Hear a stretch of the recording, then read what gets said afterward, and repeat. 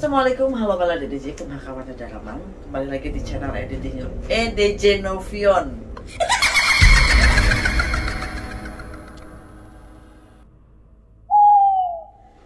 Jadi hari ini orang mau bercerita tentang pengalaman sahabat orang, terus orang juga ada di dalamnya. Jadi mungkin lebih panjangnya itu nanti akan orang ceritakan nih, jadi harus sabar dulu bala DDJ. Pokoknya mah tonton sampai habis video orang biar kalian gak penasaran. Berawal dari orang itu mungkin 2 minggu yang lalu ataupun 3 minggu yang lalu, orang ke Jakarta mau ngambil mobil nih. Ceritanya ya, awalnya dulu. Tiba-tiba di tengah perjalanan orang itu dikasih kabar katanya teman orang itu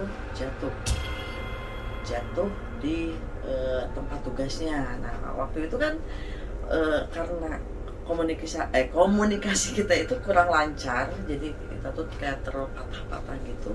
Akhirnya orang jadi terkesan kayak miss ya. Jadi mungkin teman orang di sana juga kayak lagi drop, dan orang juga ada kepenasaran, tapi ya udah deh bodo amat, yang penting orang nyampe Jakarta dulu, karena tujuan orang waktu itu adalah emang mau ngambil mobil yang udah berminggu-minggu orang tinggalin di tempat kosannya teman orang. Nah singkat cerita, dengan karena kondisi teman orang juga yang agak sedikit membutuhkan bantuan orang untuk mungkin ya ngurus lukanya, ngerawat lukanya dan lain sebagainya, karena teman orang belum bisa bergerak bebas. Nah setelah singkat cerita, setelah seminggu berlalu, teman orang pengen pulang kampung nih ke tempat kelahirannya di daerah Cilacap sana. Nah di sana karena teman orang ini ya mungkin kita udah kayak saudara juga, karena saking sayangnya sama orang, jadi si teman orang ini pengen kayak menghilangkan kebiasaan jelek orang, yaitu merokok. Nah dari merokok itu kelanjutannya banyak. Jadi karena orang di hipnoterapi, selain merokok itu termasuk kebiasaan orang dan juga kebiasaan ataupun mungkin pola hidup ataupun pola makan orang yang sedikit dirubah. Tapi ada sedikit mungkin cerita agak sedikit nyeleneh juga, tapi ke arah yang mistis. Sebelum orang di hipno, tapi tapi di situ ada salah satu dari anggota keluarga teman orang itu duluan nih, karena emang dia itu udah yang keberapa kalinya untuk biar ya yang namanya hipno itu kan berarti pengen merubah kebiasaan yang buruk menjadi lebih baik lagi. Nah di situ itu termasuk karena orang baru juga itu di hipno, dan melihat orang di hipno juga baru itu banget, dan orang tuh di situ dengar banget cerita ataupun di bawah alam sadarnya itu bercerita tentang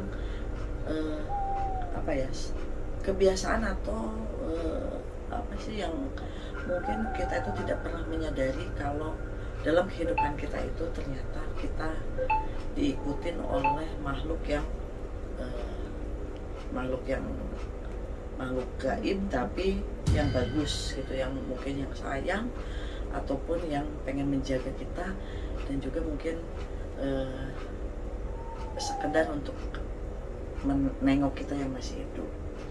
Nah diantaranya salah satunya itu di bawah alam sadarnya dipertanyakan, apakah saya dipanggilnya Tante Beda sama keluarga teman saya itu. Jadi apakah Tante Beda itu ada yang ngikutin ataupun Mami itu ada yang ngikutin? Katanya di Mami itu ada yang nungguin ataupun ada yang masuk. Jadi kayak semacam ular kecil. Dan si ular kecil itu berawal dari salah satu benda yang punya almarhumah Mbak Yu, yaitu si Semar itu, yang karena mungkin saya sengaja ataupun karena atas permintaan dari bapak teman orang, kalau itu udah disimpan di sana aja. Nah setelah itu orang tanya lagi, apakah orang itu ada yang ngikutin juga? Katanya setiap hari ngikutin orang. Dan setelah orang tanya apakah itu Mbak Yu ataupun Bude, kan karena panggilan mereka itu Bude, dan anak itu mengatakan iya. Dan dia nitip pesan, katanya saya disuruh jaga kesehatan dan jangan tinggalkan ibadah ya, sholat, pokoknya kebaikan. Nah pokoknya itu panjang banget ceritanya. Singkat cerita akhirnya jatuhlah ke saya panggilnya Rio. Si Rio ini ngobrol lagi, dan ya maksudnya di bawah alam sadarnya dia cerita lagi kalau ada beberapa lagi nih di rumah itu gitu loh, yang bukan penunggu ya, mungkin kalau dibilang kalau di setiap rumah itu mau rumah orang itu agamanya kuat ataupun tidak, pasti ada yang ngisi. Nah si Rio itu cerita di sana sini itu ada semua, sampai jatuh katanya di depan rumah yang kayak gudang, di depan rumahnya teman orang itu yang di Cilacap, katanya di situ juga ada. Dan itu ya makanya kata si teman orang itu sering cerita, katanya si Rio ini sering kalau jam 2 malam atau jam 1 malam itu dia lebih sering cenderung keluar rumah ya. Jadi dia lebih enak nongkrong di teras rumah di sana. Nah, jadi si Rio ini cerita kalau di rumah itu ada kayak genderuwo ataupun ada makhluk yang matanya merah atau apalah itu. Dan orang juga sampai cerita tentang orang yang katanya orang selalu diikutin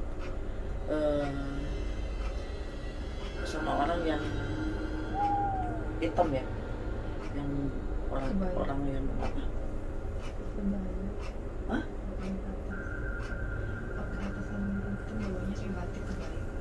Nah ya, jadi orang tuh kayak kayak orang Jawa gitu. Dan ternyata itu setelah ditanya Bude ya, Bude katanya. Jadi dia si Bude ini, Mbak Yu ini, dia selalu ngikutin orang kemanapun orang pergi. Dan kalau orang tidur di kamarnya teman orang Windy itu, dia selalu ada di padukan kamar mandi katanya gitu. Nah, kalau orang sih di situ terharu, ya makin meyakinkan kalau seorang Mbak Yu itu sampai sekarang pun saking mungkin sayangnya ke orang, terutama yang udah dampingi beliau selama 18 tahun. Jadi orang selalu kemanapun orang melangkah, beliau selalu ada dan selalu menyatu di badan saya. Entah apa tujuannya, semoga menjadi kebaikan. Karena emang yang namanya gaib itu kita mau percaya ataupun tidak, tapi mereka ada di sekitar kita. Nah untuk yang lebih lanjutnya lagi, yaitu mungkin beberapa hari setelah kita hipnoterapi, dan akhirnya orang juga alhamdulillahnya berhasil untuk sedikit mengurangi kebiasaan jelek orang, yaitu merokok. Orang sekarang udah alhamdulillah, semoga usaha kita atau saya ataupun teman orang yang pengen orang lebih sehat lagi, lebih baik lagi, semoga bisa berhasil seterusnya. Nah singkat cerita juga orang tuh ngikutin, karena nih di kata si Rio itu di badannya maminya dia itu atau Windy itu ada beberapa yang ada di badannya.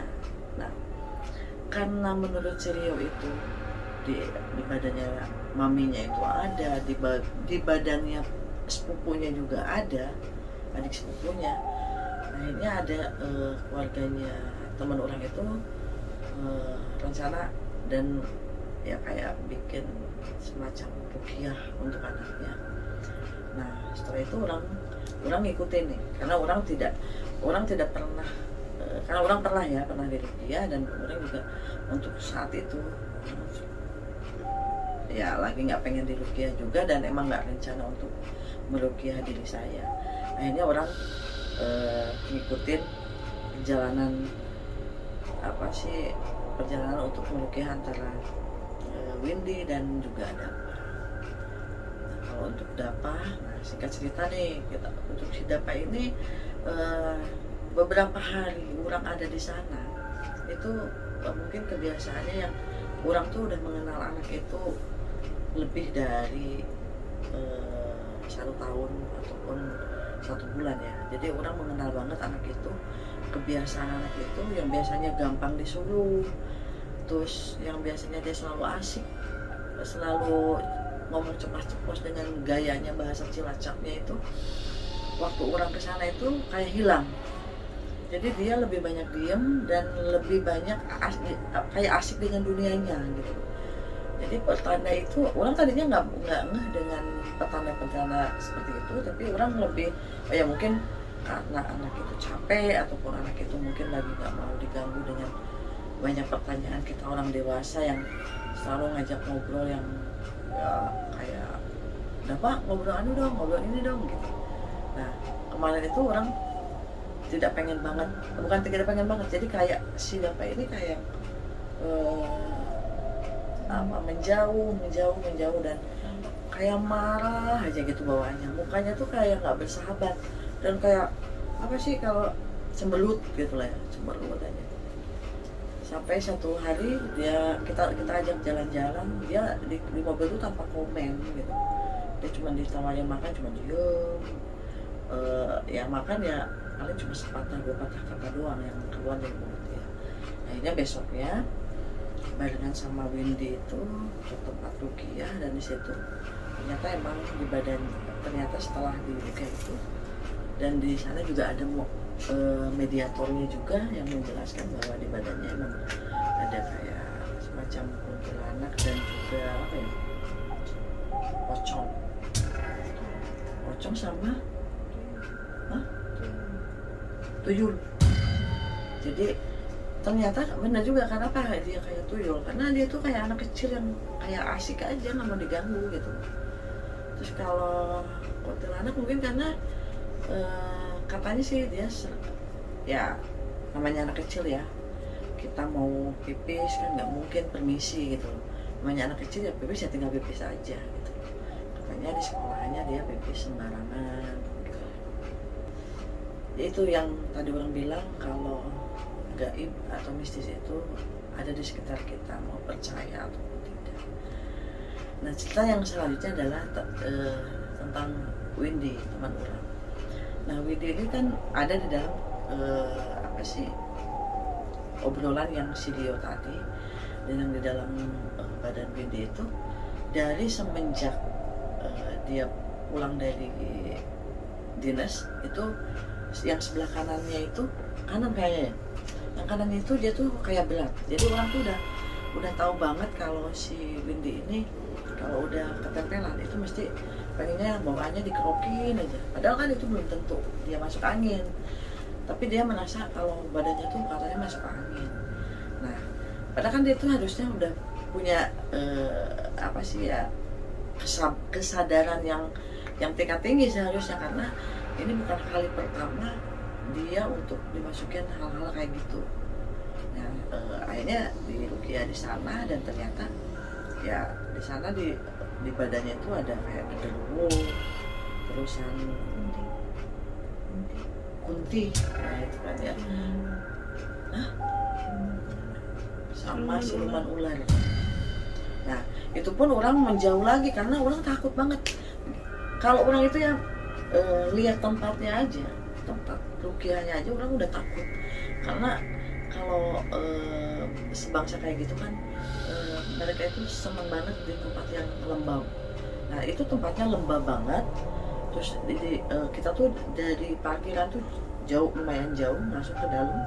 Nah orang itu nggak nyaman ada di tempat itu, dan orang juga kayak merinding gitu, dan orang sedikit banyak menyaksikan apa sih acara ataupun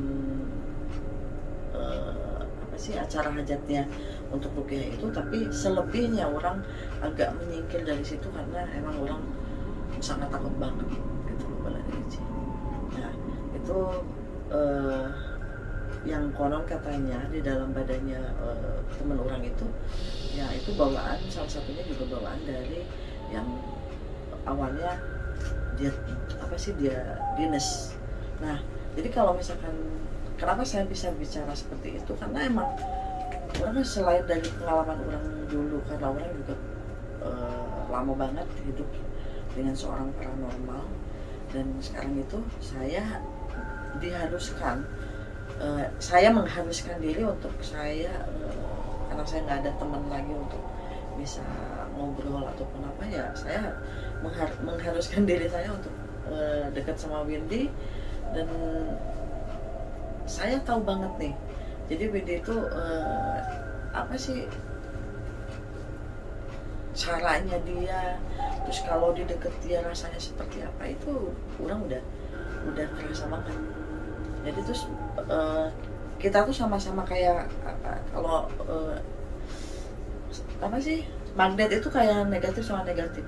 Kalau misalkan di badan Windy lagi nggak baik, dalamnya itu pasti panas gitu, dan mungkin dari mukanya pun udah nggak bersahabat. Kalau ini mungkin bukan orang aja yang pernah merasakan seperti itu, kalau orang-orang yang pernah ada di sebelah Windy, kalau sensitifnya bagus pasti pernah merasakan seperti itu. Nah mulai dari aja sekian dulu ya, karena orang kebetulan ini juga udah malam banget, dan itulah pengalaman orang selama orang kemarin di Cilacap itu, mungkin selama semingguan. Jadi orang juga sebenarnya mah kayak terbawa ke dalam satu situasi yang bikin orang tuh merinding cerita seperti itu. Jadi untuk Balada DJ, pokoknya jangan lupa like, komen, dan subscribe biar kalian tahu postingan orang yang paling ekstrim dan paling keren, karena konten orang yang sekarang itu adalah konten yang paling berbeda. Pokoknya terima kasih. Wassalamualaikum.